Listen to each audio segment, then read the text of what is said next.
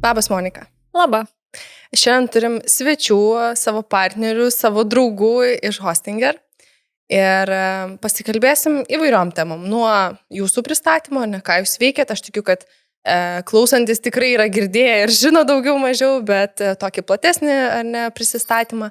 Ir apskritai apie darbo rinką dabar, apie juniorus. Žodžiu, praseisim pro viską. Tai startuojam gal nuo tavo prisistatymo ir nuo įmonės jūsų pristatymo. Tai aš esu Monika, dirbu su employer brandingu, arba galbūt šiek tiek kitaip, ar ne, tai yra darbdavio įvaizdžio formavimas. Tai būtų viskas nuo partnerysčių iki įvairių projektų. O apie pačią įmonę, sakai, kad ar ne, kažkiek jau bus žinoma vis tiek. Taip. Tas hostingeris, tas žodžių žaismas, ar ne, tai nėra labai sunku atspėti, ką mes darom.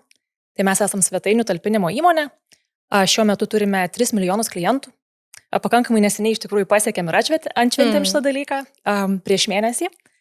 Ir ką mes darome, tai mes tiesiog padedame mūsų klientams, ar ne, kurti savo tinklaraščius, savo e-shopus ir kitokias svetainės. Tai va.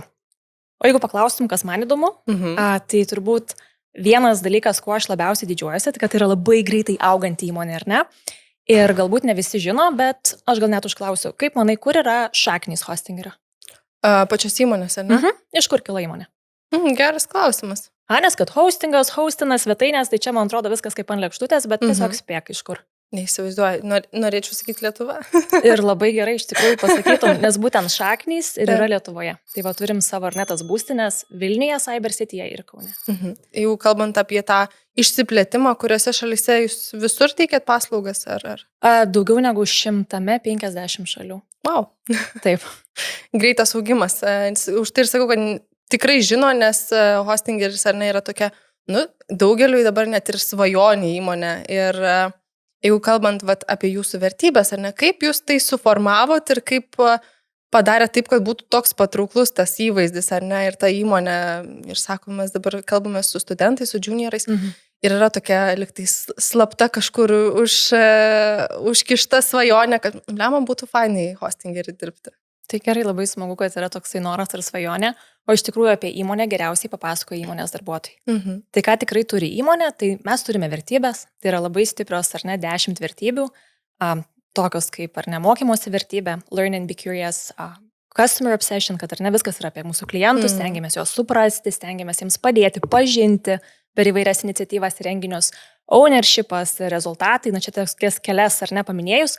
Bet kaip ir sakiau, geriausiai apie įmonę turbūt kalba darbuotojai. Tai čia yra geriausiai įmonės ambasadoriai. Tai jeigu ar ne, studentai nori ateiti į Hostingerį, veikiausiai jie ne tik at produktą kažkiek žino, bet galbūt matė kažkieno, nežinau, LinkedIn įrašą, kas vyksta. Galbūt kažkokį pasiekimą matė. Tai aš manau, kad galbūt taip ir susikūrė tas vaizdas tiesiog per darbuotojų nuoširdžią prizmę.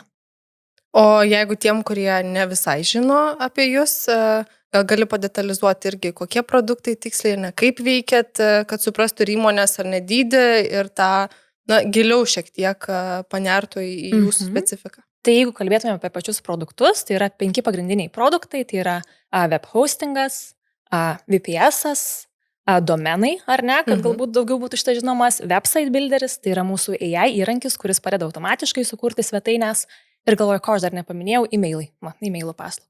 Tai čia būtent jeigu apie mūsų tos pačius produktus kalbant. O apie pačią įmonę šiuo metu turim 900 darbuotojų. Tai irgi iš įvairių šalių, bet pats branduoliukas, sakyčiau, pusė darbuotojų, tai būtent yra Lietuvoje esantis darbuotojai. Ir kaip tu dabar matai apskritai tą rinką, ar ne, vis tiek susiduri su naujais darbuotojais, kaip sakai, tavo šis ryšys yra gana artimas, ar ne, kaip tokios profesijos atstovai. Kokie žmonės ateina pas jūs? Ar yra kažkokios charakteristikos, kad sakytum, mes ieškom tokių ir ne kitokių žmonių? Aš galiu pasakyti, kokių žmonių mes labai laukime ir labai norime, ar ne? Aplikuoja tikrai įvairių sričių žmonės. Nors esame IT įmonė, kaip ir kiekviena kita įmonė, mes samdome įvairius departamentus. Tai pradėkime nuo to.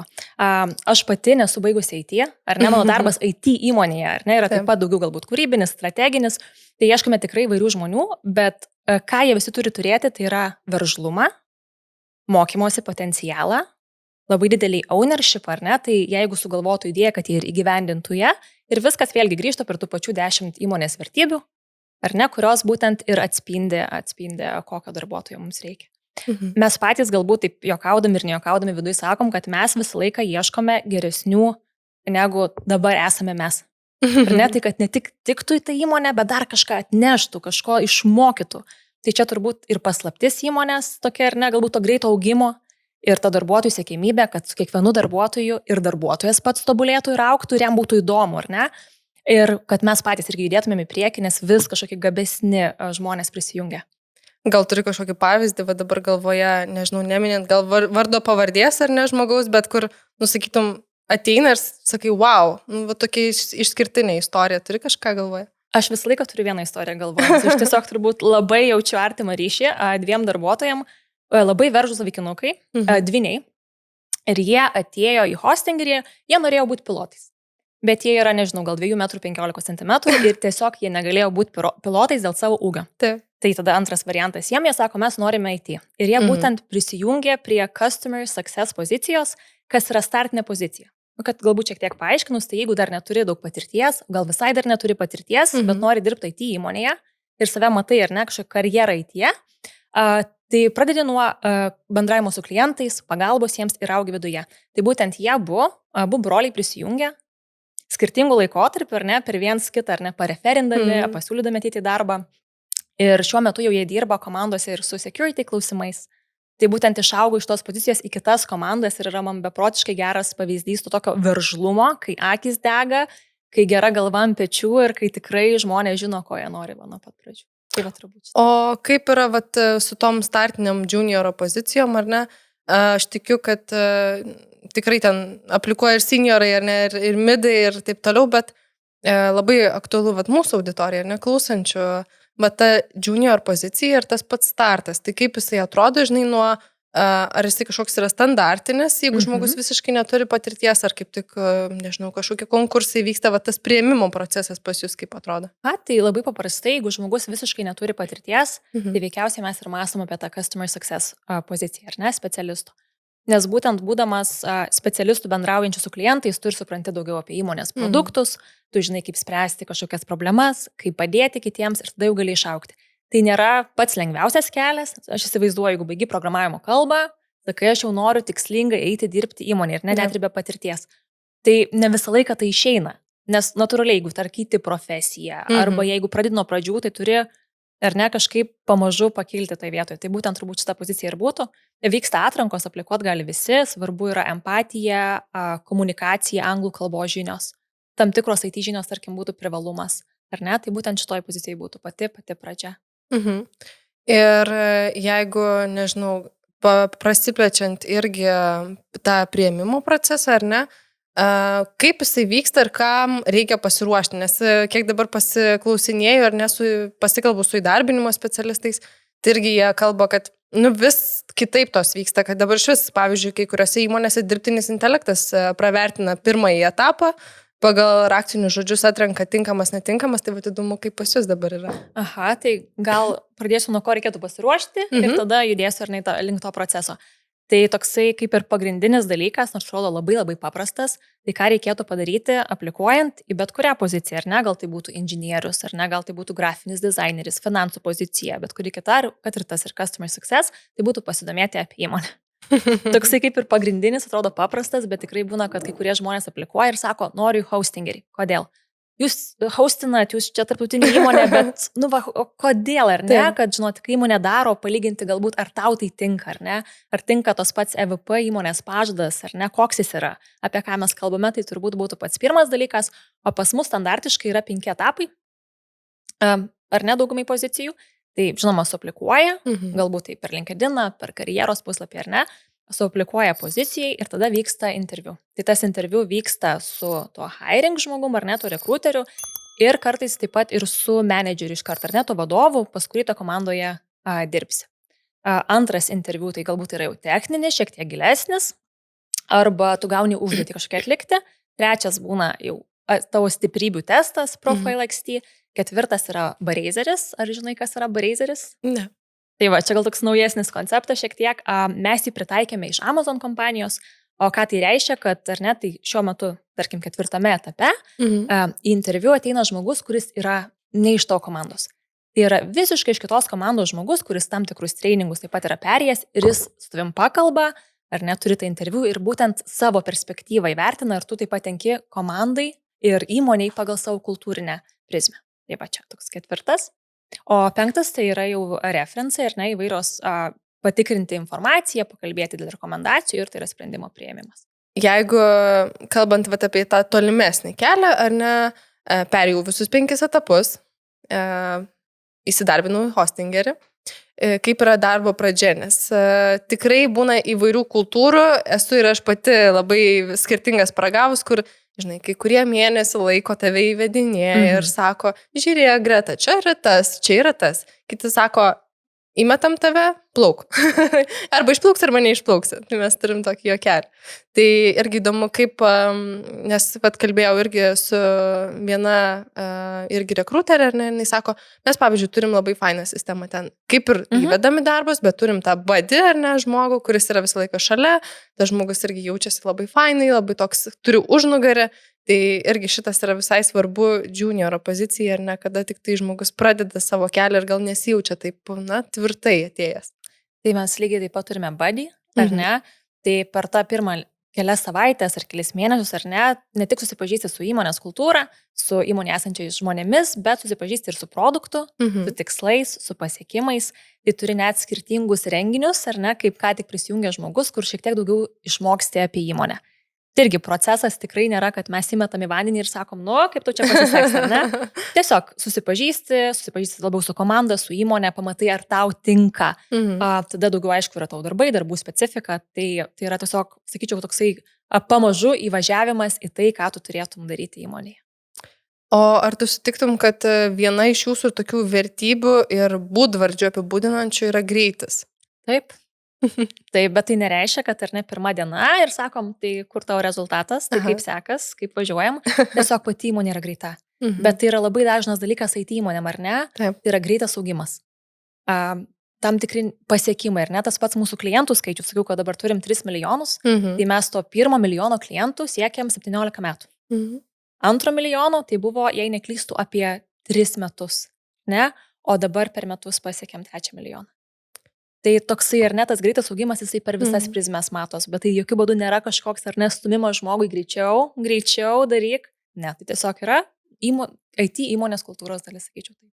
O kaip yra tada su žmogaus augimu, ar ne, kaip yra jo karjeros kelias, nes irgi žinau, kad kai kurios įmonės netgi turi konsultantus, kurie, ar ne, konsultuoja darbuotojus ir braižo jiem karjeros kelius, ar ne, kaip viskas atrodys. Tai irgi įdomu pasigilinti per šitą prizmę, kaip irgi pas jūs tas augimas vyksta pačio žmogaus įmoniai. Pas mus augimas yra užkoduotas įmonės pažadė darbuotojai. Tai viskas prasideda nuo to, kai tu prisijungi prie įmonės ir tu jau savo tam krepšelėje, tam welcome pack, ir net vadinamam, jau gauni porą knygų, kurios yra svarbios ir įmoniai, ir tavo komandai, ir jau gali pradėti savo ar ne kažkokį mokymosi kelionę.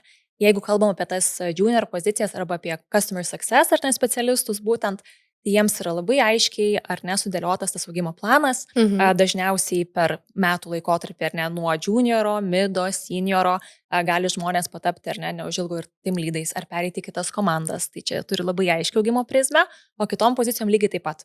Tu augi viduj įmonės, ar tau augimas būtų, jeigu tarkim esi senioras ar ne midas, ar tau reikėtų konferencijų, gal tu reikėtų kažkokios kitos mokymosi medžiagos, gal tu nori iš kitų komandų mokytis, ar ne kažkokie žinių dalinimosi renginiai, vidinės augimo akademijos vadovams. Tai yra labai daug būdų, kaip tu būtent gali augti įmonėje. Čia mes irgi labai dažnai vis kartojam tą patį, kad Narkuda Academy misija, ar ne, yra apie tai, kad reikia tobulinti savo žinias ir pas mus ateina ne tik juniorai, bet ir labai daug seniorų, ar ne, visiškai galbūt pakeisti kryptį arba kaip tik atsišviežinti tas žinias. Tai čia yra viena irgi iš mūsų vertybių, man atrodo, lygiai taip pat ir jūsų, ar ne, kad tas nenustojamas, tas pastovus mokymasis yra be galo svarbus. Taip, absoliučiai taip. Mes net juokavome, kad tikrai daug žmonių, kurie prisijungia, tai galbūt ten buvo, nežinau, ten geriausias studentas, ar ten labai gabus kažkas, ar ne, prisijungia pas mus ir supranta, kad visi taip. Ar ne, visi nori tobulėti, visi nori daryti, bet tai yra beprotiškai geras jausmas, kai tu supranti, kad tu nesi protingiausias žmogus kambarį. Niekada, ar ne, į kokį kambarį benaisi galvosi, galima iš čia išmokti, ar nes tu gali prisėsti, tiesiog pakalbėti su kokiu žmogum. Visai kitą sritį patobulinti. Tai yra labai gerą kuklumo jausmą įdedantis ir labai gerą norą tobulėti toliau įdedanti situaciją ir aplinką.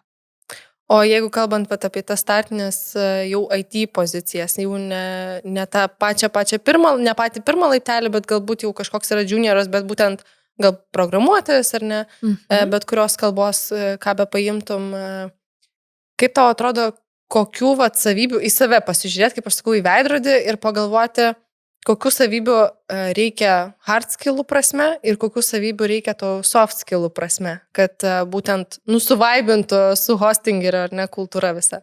Tai kas liečia tuos hard skillus ar ne, tai ko reikėtų, dažnai mes turime junior pozicijų ir, tarkim, sistemų administratoriams. Tai yra labai aiškiai parašyta, ar ne, kokia tai turi būti kalba, kokia turi būti patirtis, ką labai vertinam, tai yra ir veržlumas, ar ne, gal žmogus negalėjo įgauti tiek daug patirties, bet gal gerai, kažkur neturiu patirties, namuose ima kaudinti. Ar netobulėja pats iš savęs. Tai nereikia labai nusistatyti, ar ne, kad neturiu patirties, kažkur negavau, nežinau, internship, ar ne, nepriėmė manęs kažkokiam bandomajam laikotarpiui, ką aš galiu daryti, namuose daryk. Ar ne, ir kažką jau atsinešk žinių bagažą. Tai tos hard skills mes pakankamai atvirai juos išreiškiam su kiekvienu ar nedarbo skelbimu, o kas liečia tos soft skillsus, tai tikrai yra veržlumas, kaip ir minėjau, gebėjimas prisiimti atsakomybę, to yra labai daug įmoniai. Jeigu ateisi su idėja, tu nestovėsi kažkokioj eilėj laukimo, ta idėja sakys, gerai, daryk. Ir tada jau turėsi daryti, ar ne? Kritinis mąstymas, būtent kaip priimtos sprendimus. Greitis taip pat kažkiek ar nelemia, bet jis ateina su laiku. Tu tampi vis galbūt labiau pasitikintis, jeigu mes apie juniorus kalbame, ar ne? Supranti daugiau savo komandas, supranti geriau kultūrą, ar ne? Ir tiesiog eigoje tai įsivysto. Tai va, bet sakau, viskas vėl grįž prie tų pačių principų, ar ne? Tai ar žmogus būtent veržlus, gebantis priimti sprendimus ir nebijantis klysti ir mokytis. Ir dabar pamačiau, taip kažkaip galvoju, iškilo dabartinė įmonė, ar ne, su kuria dirbu, sako, mes nepaleidžiam žmonių ir jie turi labai labai fainą savybę, kad jeigu ateina ypač dažniausiai juniorai, ar ne, kurie galbūt tik pradeda savo kelią ir pamato, kad nepatinka man šitas, ką aš pasirinkau, ar yra taip, kad gali labai paprastuoju būdu, nežinau, jūsų viduje įmonės eiti kažkur į kitą skyrių, į kitą komandą. Ar yra tas lankstumas, žinai, pas jūs šitoje vietoje? Yra ar ne tik vertikalios, bet ir horizontalios augimo galimybės. Tai labai priklauso nuo to pačio žmogaus, ar ne? Ką reiškia, man vis dėlto nepatinka, tai gal man nepatinka, bet man būtų įdomu tai, ar ne? Ir kur tavo proaktyvumas? Ar tu eini domiesi, gal kalbi su komandos vadovu ar team leader ir sakai, man yra labai įdomu, ką jūs darot. Išmokykit mane, aš esu pasiruošęs, galiu mokintis daryti. Tai va tas, ar ne? Ar žmogus sako, man neįdomu ir laukia, kai įmonė pasiūlys. Tai va čia yra tokie skirtingi atvejai. Jeigu žmogus tikrai geba, nori ir tai yra tikrai naudingas ar nedarbuotojas, vertingas darbuotojas, kuris labai gerai galėtų veikti kažkurioje kitoje komandoje, tada žinom. Ir dabar tokį bendrą vaizdą pabandykim nupiešti apie tą visą IT rinką, nes jeigu per LinkedIną persėsi, tai rasi visko, ar ne? Vieni šneka apie tai, kad mums labai trūksta, mes labai norim, ieškom, bet kaip tik net nerandam kažkokių specialistų. Kiti sako, kad jau kaip tik labai daug tų specialistų. Tai įdomu hostingeriui, ar jūs susidurėt su kažkokiais iššūkiais, nebūtinai trūkumu ar ten perteklium, bet apskritai atrankose, kalbant apie bendrą vaizdą IT rinkoje dabar. Tai tą vaizdą galima turbūt nupiešti vienu žodžiu - konkurencinga. Tiesiog rinka yra konkurencinga ir labai svarbu, kad darbuotojai, lygiai taip pat kaip įmonės, įsirinktų ten, kur jiems tinka būti, ar ne? Įmonės renkasi žmonės, kurie atitinka vertybės, kurie atitinka, ar ne, kažkokius siekius.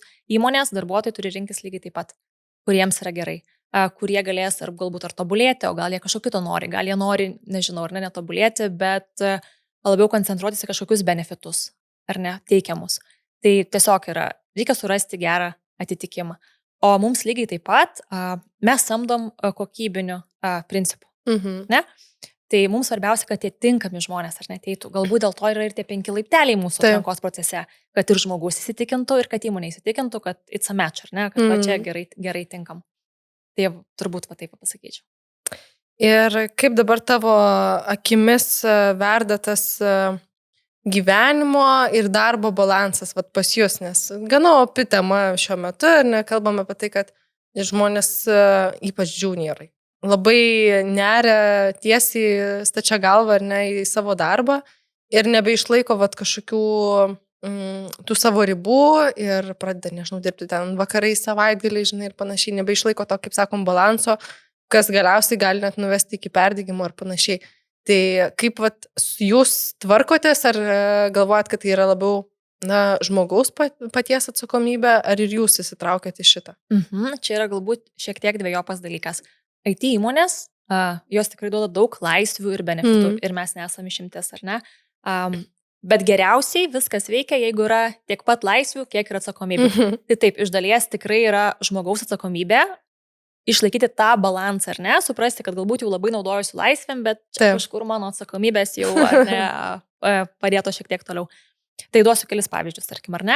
Mūsų įmonėje gali rinktis, kiek nori dienų eiti į ofisą, gali dirbti iš namų. Tas dalykas yra įvairūs renginiai, įvairūs kiti benefitai, ar ne, ir pramogos, ir konferencijos, ir visa kita, kas tau yra tikrai prieinama ir tu visiškai pilnai gali jomis naudotis, ar ne. Tai čia jau yra ta žmogiškoji dalis, ar ne, kad paimk, kai įmonė duoda, bet susidėliok savo tinkamą kažkokį darbo grafiką, ar ne, kad kaip tu pasieksi savo rezultatų.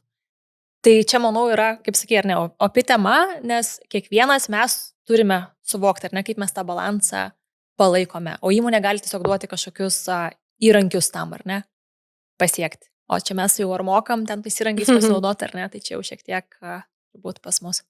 Dėl ko paklausiu, dėl ko sakau, kad opi, nes tikriausiai skaitai pastarųjų kelių dienų atvejais yra CarVertical, ar ne, kada parašė paustuką apie tai, kad darbuotojai pastebėjom, kad darbo metu ir šuniuką pavedžioja 2 valandas ir jogą užsiiminėja, tai vat, nesusidarėt su šituo iššūkiu, turėdami vat, šitą laisvę, šitą kaip benefitą, bet ar jum patiems nevirsta tai kažkokia, jau problema labiau? Bet tų laisvių juk visada ir buvo, ar ne? Gali ten savo šuniuką pavedžiot, nueik į savo sportą, bet tu lygiai taip pat turi suprasti, ar ne, ką tu darai darbe. Tai nepasakyčiau, kad mes tikrai žiūrėtumėm, kad oi, kas čia vyksta ir kaip mes tiesiog pasitikim darbuotojais ir turim tą pasitikėjimą ir laisvės principą. Kaip tu galvoji, kas svarbu, irgi sugrįžtant į pačią pradžią, kaip sužavėti tą svajonių darbdavį? Mes, nežinau, kelius podcastus dabar jau atgal su mūsų karjeros centro vadove Marija kalbėjom irgi šitom temom ir sakė, kad mėgsta galbūt pagražinti, ar ne, mėgsta kažką nuslėpti, čia jau nepabėgsi nuo šito, tokia žmogus prigimtis šiek tiek meluoti, kai reikia, bet į ką susitelkėt, ar ne, darbo pokalbio metu ir ką žinoti žmogui, galbūt tu jau paminėjai, kad yra svarbu pasiruošti, sužinoti apie įmonę, ar ne, bet ką jisai dar papildomo gali padaryti, kad galbūt neturi tiek daug patirties, bet sakys, žiūrėkit, aš atsinešu savo portfolį ir aš esu tą padaręs ir aš noriu jo aukštesnę poziciją, žinai, tą motivaciją. Kas dar, ar ne, gali tą sėkmę, nes aš tikiu, kad klausantis tikrai yra, kai tarp jų yra suinteresuotų pakliūti pas jūs. Aš sakyčiau, nežavėti visai.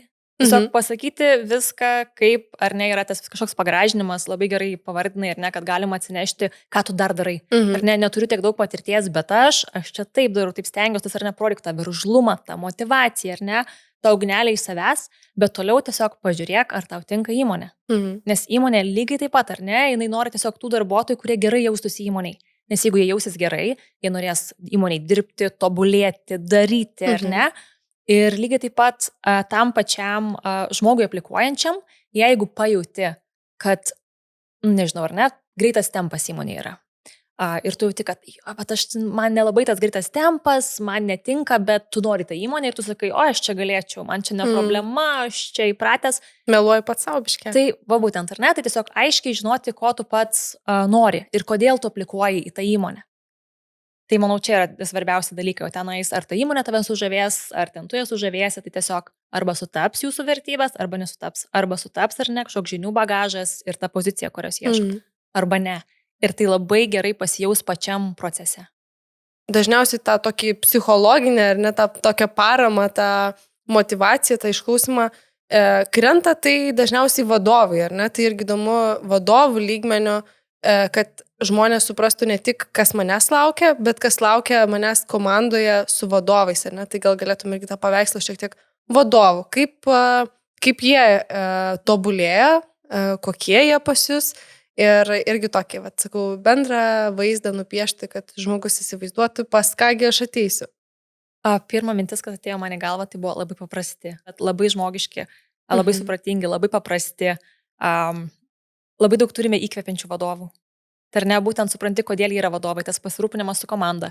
Jeigu nekalbam apie darbą ar ne, tarkim, kažkokį darbų paskirstimą, bet iš žmogiškosios pusės tai yra organizavimai išvykų, tarkim, darbuotojai į kitas šalis, kad jie geriau susibondintų ar ne, geriau susibendrautų. Ta pati pagalba, patys vadovai yra suinteresuoti, kad visi jaustųsi, jog jie auga. Ar ne? Ir būtent kokio tau augimo reikia. Gal ten tavo noras visą laiką buvo į konferenciją kažkokią išvažiuoti ten kitoj pasaulio šaly. Ir važiuoja žmonės ir paskui rašo, pasakoja, ką jie veikia. Tai va tas toksai didelė parama ne tik įmonės, ar ne, bet ir vadovai yra labai svarbus. Stiprus vadovas apskritai yra, ar ne. Vienas tų lemiančių momentų turbūt, ar žmogui pavyksta gerai įsitvirtinti įmonėje ir jisai gerai jaučiasi ir jaučia tą užnugarį. O kaip yra tobulėjama, ar ne, tai patys kaip vadovai tobulėja, tai turime vidinę akademiją vadovams, kur būtent kalbame apie lyderystę. Tai ar ne, elementariai yra kaip išklausyti, kaip duoti feedbacką, kaip įkvėpti, ar ne, kaip išmokyti pagrindinių savybių, tarkim, laiko valdymas ir visa kita. Tai patys vadovai taip pat tobulėja, mokosi ir iš viens iš kito, ir per akademijas, per konferencijas, per kalbas, patys kaip kalbėtojai važiuoja įvairiai. O ar gali duoti tokį nuo savęs visiškai patarimą žmogui, kuriam irgi kažkokie sunkumai, kažkokie sunki savaitė, nežinau, jaučia per didelį krūvį, kaip atiduoti tą feedbacką atvirkščiai, ne vadovui, bet žmogui, nežinau, tam pačiam IT specialistui ir ne savo vadovui. Nes labai dažnai yra nutylima ir aš suprantu, kad pas jūs tikrai yra tas open, kad ateik ir pasikalbėk, bet tikrai ne visą laiką taip paprastai pavyksta ateiti ir pasikalbėti, tai gal turi patarimą nuo savęs. Pas mus galbūt net nustebintų, kiek yra atvira ta kultūra. Pas mus yra net įrankis duoti feedbackui, kur tu gali ar ne įvertinti ar teigiamai, ar galbūt ką reikėtų labiau pasistengti. Ir tas visas feedbackas visą laiką yra atviras visai įmoniai. Ir pas mus tai yra normali praktika, kas labai šokiruoja, gal kalbant žmonės, tai kaip, jeigu aš čia kažką netai padarysiu, ar visi matys, čia yra labai normalu. Mes visi kažkur klystam, paskui tobulėjam, ar ne, tai yra vienas būdas čia apie tą pačią kultūrą, o kaip atsakė, ar ne, kokia sunki savaitė. Taip. Tai tada reikia pirmai įsivertinti ir pačiam žmogui, ar čia yra savaitė sunki, o gal jau kažkoks laikotarpis ir gal jauti, kad dėl ko nėra sunki. Gal kažko nežinai, bet suki ratus ir nežinai, kaip įspręsti. Tada, ar ne, ką galima naudoti, yra tie pasikalbėjimai, aišku, su vadovu. Ar ne tai vyksta kas savaitiniai, kas 2 savaitės vyksta. Jeigu nesijauti, galbūt taip atvirai yra tavo komanda, yra visas, ar ne, HR-as, kur irgi nereikia bijoti, jeigu einėjau pas, ar ne, tą žmogiško išteklių žmogų, bet tiesiog įsikalbėti. Turbūt yra svarbiausias dalykas. Normalu, kad kažkas nepavyksta, normalu, kad yra kažkur streso.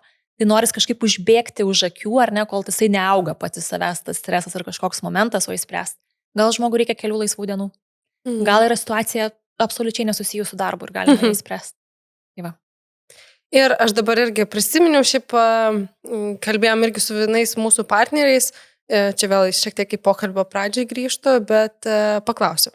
Tai kaip yra tas, kalbėjom apie priėmimo procesą, ar ne, bet ar yra pas jūs tiesiog, nežinau, reikia papildymo komandos ir jūs jų turit, nes pavyzdžiui, kai kurios įmonės turi labai aiškią struktūrą, kad tarkim, mes juniorus priimam pavasarį, mėnesį laiko jos turim treningus ir tik tada jie pereina, ne, kas pereina, įsidarbina. Tai vat, irgi įdomu, kad vat, dabar, žinai, žmogus klauso ir galvoja, aš turiu, jaučiu, kad mečintumėm, ar ne? Ar galiu čia ir dabar šiandien aplikuoti? Taip, tasme, drąsiai, jeigu net ir šią akimirką nebūtų tos pozicijos, tada žmogus nueitų į to banką žmonių, ar ne, ten tą sąrašėlį, ar ten kažkokią, ar ne, sistemą, kur yra kaupiama tam tikrą laiką žmonių, kurie galbūt tiks vėliau. Nes yra natūralu, o jeigu yra pozicija, ar ne, tu žinoma, kad gali aplikuoti. Labai fainai, tai paskatinsiu aplikuoti, jeigu girdit Monikos žodžius ir atpažįstat save ir tą kultūrą jums artima, tai čia ir dabar. Tai Monika, noriu dar iš tavęs išgirsti tokius, gali pagalvoti irgi, 3 pagrindinius patarimus tam žmogui nuo savęs, nuo viso hostingerio galbūt, ar ne, ką tu jam patartum, nesvarbu apie ką tai bebūtų patarimas, bet kokią žinią nuo hostingerio norėtum išnešti ir tą patarimą kokį? Patarimą kaip žmogui, kuris bando ar ne įsitraukti į rinką. Tai pirmas būtų suprasti, kad tai nėra labai greitas procesas. Mes visi norim čia ir dabar. Jeigu pasibaigiam kursus, mokymus, ar keičiam profesiją, ar kažką pradedam, norisi, kad baigiau, gerai, einu, darau. Ne visą laiką būna taip paprastai. Tai aš ir savo visą laiką sakau, bet turbūt ir kitiems tai kantrybės, ar net tokios kantrybės ir įsivertint, kad gali kažkiek laiko ar neužtrukti. Antras dalykas, neįsigasti, jeigu neturi kažkokios patirties, ar ne, perskaitai. Įsivaizduokim, 2 skirtingi žmonės skaito kažkokius aprašymus, kokio reikia darbuotojo. Ir vienas pasakys, aš neturiu dar tokios patirties pilnai, bet pabandysiu, blogiau nebus. Jo. O kitas ten žiūrės ir sakys, dar neturiu, čia kažkaip neramu, gal neaplikuot. Sakyčiau, suaplikuokit. Tikrai suaplikuokit, ar ne, gal yra kažkokių kitų savybių, o gal jūs turite to bagažo, tik labai kuklinatės, ar ne, nes namuose kaudinat ir darot, ar žiūrit, ar domitės. Tai turbūt būtų antra savybė pabandyti. O trečia, tai turbūt būti sąžiningu savo visų pirmiausia, ar ne? Ir kai jau galvojate, ar ne, kažkur įsidarbinti, pagalvoti, kur tikrai jaustumėtės gerai. Bet labai sąžiningai atsakyti, ar ne? Galbūt ne tai, kad bet aš va čia įsidarbinsiu ir žiūrėsiu. Iš karto pagalvokit, ar tinka? Gerai. Ar kažkur jau ta raudona vėliavėlė pakyla ir man nelabai tinka? Tada ne. Tai va, turbūt tokie 3 patarimai. Kantrybės. Ilgesnis procesas, ar ne, antras išdrįsti aplikuoti ir trečias labai nuoširdžiai įsivertinti. Tai aš irgi nuo savęs palinkėsiu nesustoti tobulėti, siekti svajonių ir irgi, jeigu iš tikrųjų norit, jeigu svajojat, tai imti ir padaryti, nes tikrai netgi artimoje aplinkoje turiu tokių žmonių, kurie labai ilgą laiką, kaip tu sakai, nepasitikėjo savim, pabijojo, nors jau iš tikrųjų turėjo pilną bagažą, bet tiesiog yra pasitikėjimo reikalas, tai įspirti šiek tiek savo ir keliauti į hostingerį. Tai susitinkam Code Academy moksluose, tobulėjom ir siekiam karjeros aukštumų. Ačiū tau, Monika, labai. Dėkui tau.